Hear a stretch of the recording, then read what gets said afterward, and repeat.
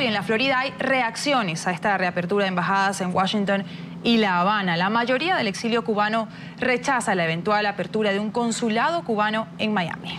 Es muy interesante porque asegura que sería una provocación de los Castro para, según ellos, ampliar sus misiones en territorio estadounidense contra la disidencia. Nuestro periodista NTN 24, Miami, Orlando Guerrero, se encuentra en la denominada La Pequeña Habana con el desarrollo de esta noticia. Orlando, muy buenos días.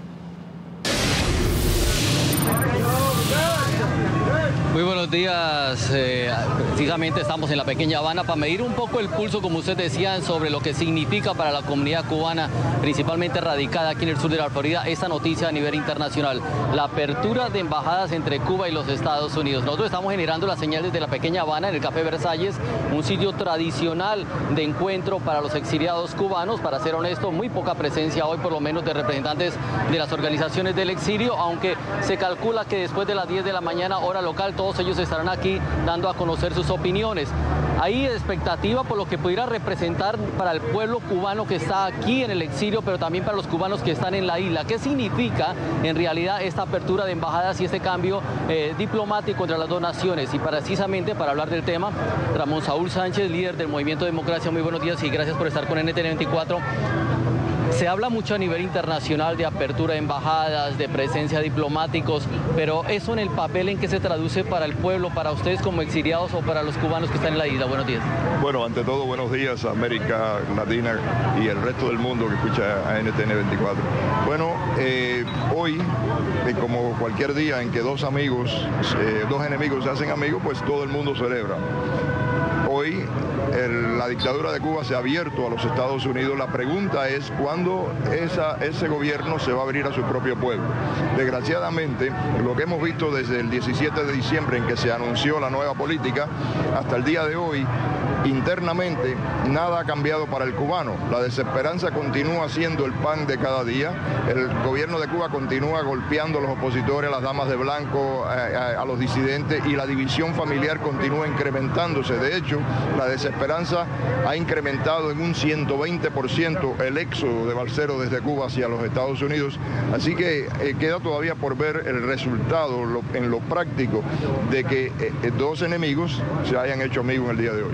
A propósito de eso, se suponía que con la apertura de las embajadas, con este restablecimiento de relaciones diplomáticas, pues por lo menos el éxodo cubano iba a disminuir, pero lo que se ha visto en las últimas semanas es una gran cantidad de cubanos llegando a las costas de la Florida. El fenómeno es básicamente ¿por qué? Bueno, porque como explico, desde que Raúl Castro anunció los lineamientos y después se anunció la nueva política, nada ha cambiado en la realidad del pueblo de Cuba. El gobierno de Cuba, aun cuando tenga el flujo de mercancía y acceso a los mercados, etcétera, siempre va a mantener al cubano marginado, de manera que continúe pensando en el próximo plato de comida en vez de en el próximo presidente. Si vemos y analizamos el escenario la voz del pueblo de Cuba está totalmente ausente, y esto es lo que falta en todo esto. Muy bien que se hagan amigos, muy bien que abran embajadas, creo que eso facilitará en algún nivel las cuestiones consulares, etcétera, pero en términos prácticos, para el pueblo de Cuba todavía queda mucho que recorrer, y el primer indicio que estamos viendo que no hay una voluntad política para hacerlo es que la voz del pueblo de Cuba a través de sus fuerzas vivas no está presente en las negociaciones.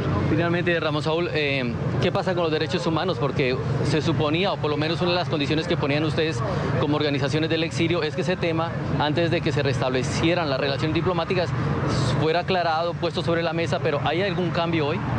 No hay ningún cambio, se habla muy escuetamente y algo abstracto de la cuestión de los derechos humanos, pero no está como uno de los ítems de la agenda, y debe estar en el primer punto de la agenda la cuestión de los derechos humanos, porque todos los domingos y todos los días golpean a las damas de blanco, golpean a los opositores dentro de Cuba salvajemente. La división familiar continúa. Por ejemplo, yo, porque tengo ideas diferentes a la del régimen, no he podido regresar en 48 años a mi país, y así miles, millones de cubanos, 2,5 millones, muchos de ellos no pueden regresar a Cuba simplemente porque los dos dictadores vitalicios de Cuba no lo permiten. Eso tiene que cambiarse.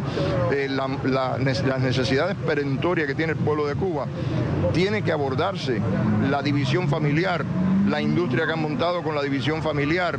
Todas estas cosas son temas que el pueblo de Cuba quiere escuchar que se estén abordando, y esto es lo único que cambiaría ese éxodo y lo único que cambiaría la desesperanza que tiene el pueblo de Cuba.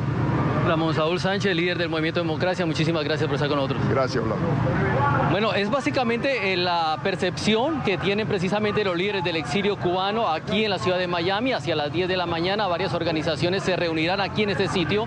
Como le digo, en épocas anteriores, pues habría grandes manifestaciones por parte de la comunidad cubana en esta parte de Miami, pero de alguna manera la noticia se ha ido digiriendo por parte de esta comunidad. Saben que hay una nueva realidad diplomática, pero también le hacen algunas peticiones especiales al presidente Barack Obama sobre lo que deben ser estas relaciones entre Cuba y los Estados Unidos. Estas son las noticias que se registran aquí en la pequeña Habana en Miami. Soy Orlando Guerrero, regreso con ustedes.